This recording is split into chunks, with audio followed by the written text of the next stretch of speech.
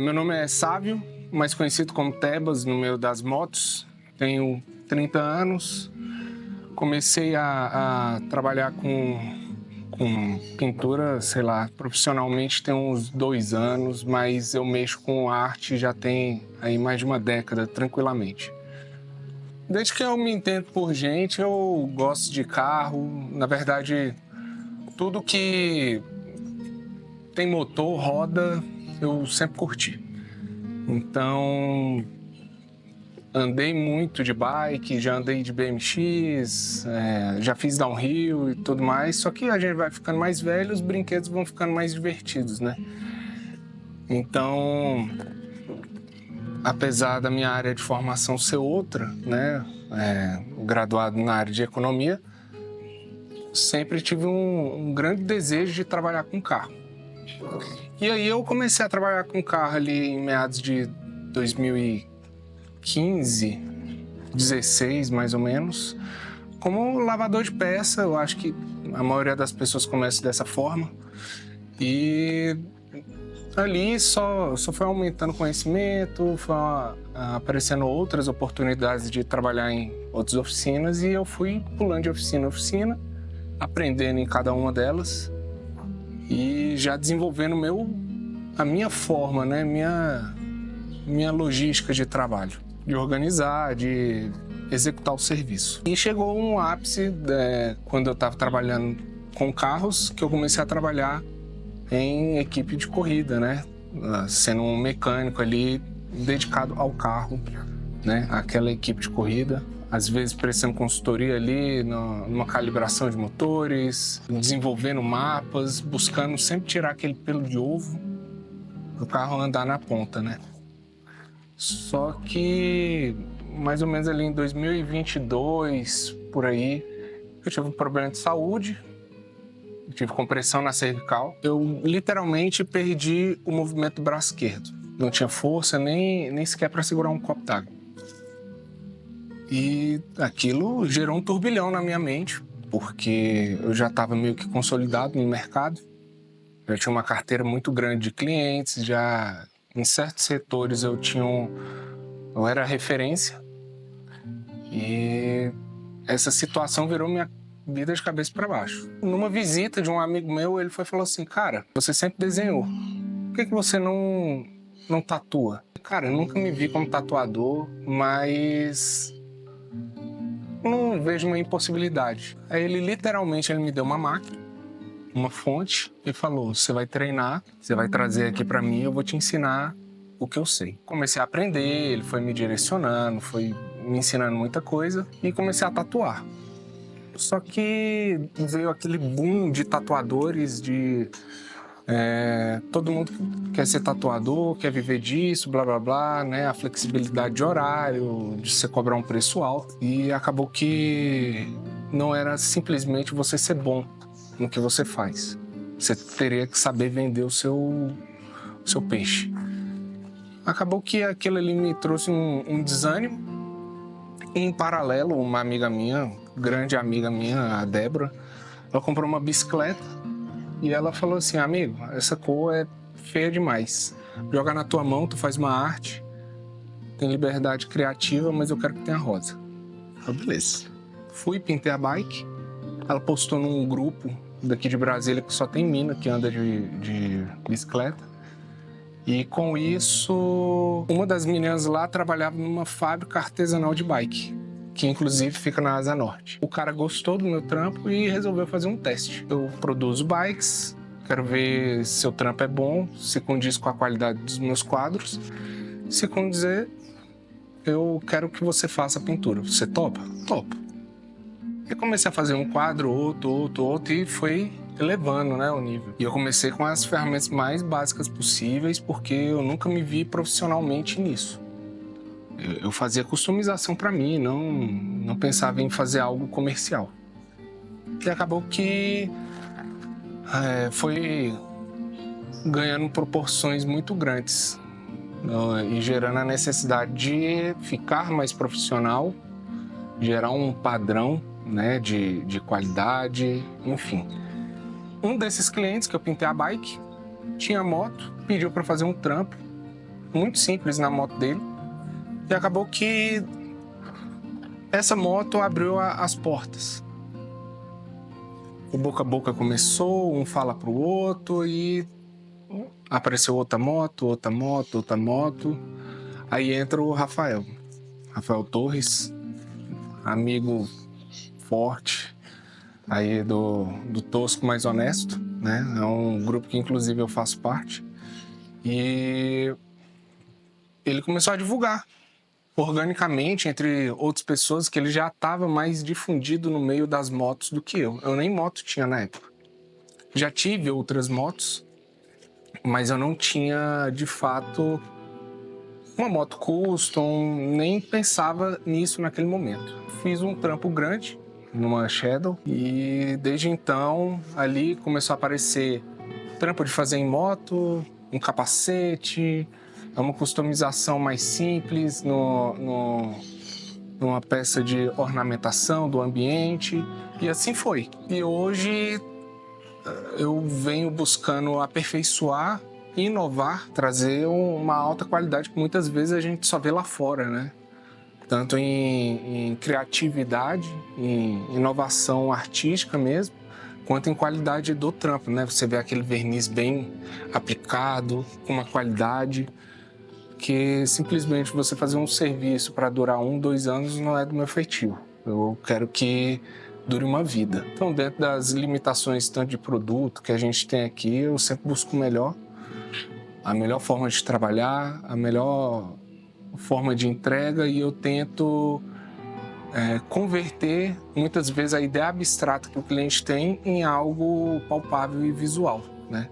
Às vezes o cliente chega aqui com 70 milhões de referências que ele viu no Pinterest, no Instagram, no YouTube, e é aquela salada ali de ideias que às vezes uma coisa não condiz com a outra. Aí eu começo a buscar entender o que o cliente quer representar na moto, quais são as cores predominantes que ele quer trabalhar ali, e em cima daquilo a gente começa a desenvolver um projeto. Então, ao mesmo tempo, tem a identidade do cliente, mas tem a minha mão artística ali. Não é simplesmente um processo de vou copiar algo que eu vi na internet. Eu quero que aquilo seja único.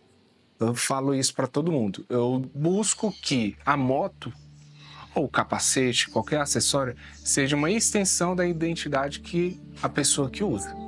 Então, às vezes, você está ali na moto, o capacete te torna mais um. Mas um capacete diferente, uma pintura diferente na moto, você se torna ou a pessoa, entendeu? E eu quero que isso seja mais acessível, que pessoas que muitas vezes têm uma moto mais simples, aí vê, poxa, a galera só faz em moto grande, não sei o que. Não, cara, moto simples também tem espaço, tem o seu valor, tem sua ideia. E eu gosto disso, até porque eu tenho uma Twister, né? Eu tenho uma moto pequena, de baixa cilindrada, mas que ela tem uma identidade própria, e onde ela chega, a galera fala, essa moto é do Tebas. Então, acho que essa sensação de aquela parada ser uma extensão sua, onde você estiver, é muito interessante e é gratificante isso. Moto é movimento, é uma sensação única, eu não diria só que de liberdade, mas de unissono. É uma coisa só. Ali o veículo não é simplesmente um veículo. Para muitos é uma terapia, para mim é terapia, para mim é fluidez. Eu diria dessa forma, uma fluidez. Enquanto você está dentro de um carro, você tem um conforto. Você se distancia do mundo onde você está, porque você está dentro ali de uma caixa metálica, né? E a moto, não. A moto, você se distancia do mundo, mas dentro da sua própria mente. Você meio que viaja ali nos teus pensamentos, é quase como um refúgio. Moto, para mim, eu tô estressado, eu vou dar um rolê de moto, e não é um rolê correndo, é um momento de reflexão. Às vezes o dia foi conturbado, foi correria, eu subo na moto, eu desligo. Parece que isso some e a solução aparece. Tem sido assim, eu acho que desde que eu me entendo por gente, eu subo numa moto, qualquer moto que seja, é sempre essa sensação boa. de uma realização. Não só ter moto, andar de moto é uma realização. Era algo que quando criança eu falava, eu quero ter isso, eu quero viver isso. Então, desde a primeira vez que eu fiz uma viagem de moto, eu lembro nitidamente da sensação de eu estar andando numa reta, sentindo a chapada. Nessa viagem específica eu estava com o Rafael, aquela reta infinita no meio da chuva, muita neblina, e eu simplesmente comecei a sorrir e rir da situação, porque me remeteu à imaginação que eu tinha quando criança de eu quero viver isso. E naquele momento, naquele exato momento, apesar de muita chuva, muito frio, eu estava vivendo. Todo o clima só foi um detalhe, porque foi uma realização pessoal para mim. E é uma sensação que, mesmo aquela pessoa que nunca andou de moto, e ela começa a pilotar uma moto, não de garupa, mas de fato pilotar, ela entende e ela traz aquilo para a vida dela. Andar de moto, muitas vezes, não é só um veículo, mas de fato é um estilo de vida, né? Você começa a ter outra mentalidade, até mesmo no trânsito, você pilota a moto, mas ao mesmo tempo você dirige um carro, a sua dinâmica dentro do trânsito é diferente. Você começa a dar passagem, você começa a ficar mais atento ao retrovisor, você não se fecha ao som do carro, ao som das músicas que você está ouvindo. Você começa a... Opa, tem alguém que está vindo de moto. Então essa situação é única. Só vai saber quem anda. Como se você contasse uma história da sua vida. A pessoa nunca vai sentir aquilo de fato. Ela pode ter uma noção, né? Uma empatia com a situação. Hoje eu trabalho com customização de motos, restauração. Às vezes o cara amassou alguma coisa do tipo. Eu restauro, mas também inovo a pintura, buscando trazer elementos tanto da cultura da gringa, né, ali principalmente americana, mas eu gosto mais de trabalhar com elementos do folclore da cultura brasileira, né, tentando trazer padronização muito indígena, né, da nossa cultura de fato, não só enaltecendo de fora. Eu gosto também da cultura oriental ali, a chopper japonesa, eu acho que ela tem uma estética bem bacana. E não só trabalha com motos americanas, mas também com motos de baixa cilindrada japonesa, né? Muito mais colorido, muito mais intenso. O fileteado deles, para mim, é incrível. E eu gosto de trazer esses elementos, mas com uma pitada latino-americana, eu vou colocar dessa forma. Porque a nossa cultura é muito rica, é muito plural, e a gente fechar a um estilo só, eu acho que a gente está perdendo grandes oportunidades de inovação. Algumas referências que eu tenho artisticamente, que eu gosto bastante, aqui em Nacional eu posso citar o Estevão, da Gypsy, é um grande amigo meu, e eu curto as inovações que ele traz. Ele está no hiato artístico, mas é um excelente tatuador. E eu gosto do trampo que ele já fez em algumas motos, as ideias que ele tem. Gosto também do Nunes, no campo do pinstripe. Eu tenho um amigo também lá de São Paulo, o Zeke, bem incrível os pinstripes que ele faz. Aqui em Brasília eu tenho o Stronzo, que é Flávio, ele mexe com fileteado portenho. Cara, o trampo dele é surreal, que bonito.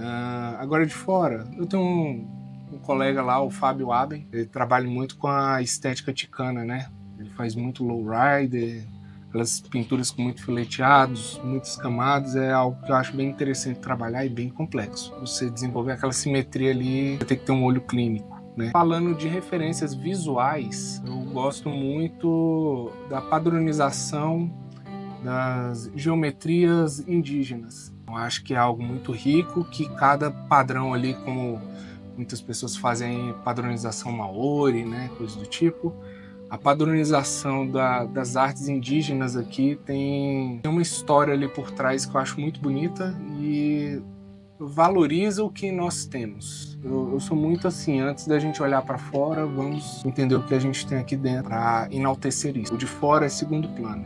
A gente já tem muita coisa aqui dentro, então eu gosto muito disso, de valorizar os artistas nacionais. Eu busco sempre estar me alimentando dessa fonte, buscando referência de fora para fazer esse mix, né? e tá sempre criando algo novo, uma nova identidade, mas sem perder as nossas raízes. Pinstripe muito mais como linhas ornamentais, uma expressão também das formas, buscando não somente a simetria, né, mas preenchimento de espaços vazios, né. Essa ideia iniciou ali com as carroças e foi sendo desenvolvido, aperfeiçoado e ficou bem difundido com o Von Dutch. É algo que eu ainda estou estudando, eu já fiz alguns, né, mas sempre buscando aperfeiçoar, porque isso aqui é uma técnica absurda e todo dia, isso aqui é igual caligrafia, todo dia você tem que treinar um pouco, porque você nunca vai ficar bom naquilo se você faz hoje um pouco, daqui a um mês eu faço de novo. Para você chegar no nível, vou pegar uma referência nacional, Nunes, né? Cara, o Nunes destrói absurdamente. Para você chegar no nível dele ali, você tem que ter aí uns 10 anos nas costas, rabiscando muita tela para chegar naquele patamar. Então, é algo que eu estou desenvolvendo ainda, mas eu gosto bastante disso e é algo que eu quero acrescentar nos elementos aqui das motos que eu faço. Há quem acredite que temos muitas vidas, muitas possibilidades de vir aqui fazer história. Eu parto do pressuposto que isso existe, mas que a gente tem que aproveitar o momento. Então, assim, se você tem desejo, curiosidade de viver essa vida, essa ideia de customização, da extensão da sua identidade numa pintura de capacete, numa moto, que você faça. Que o momento é agora, às vezes o amanhã não chega e você não realizou aquilo que você busca. É isso.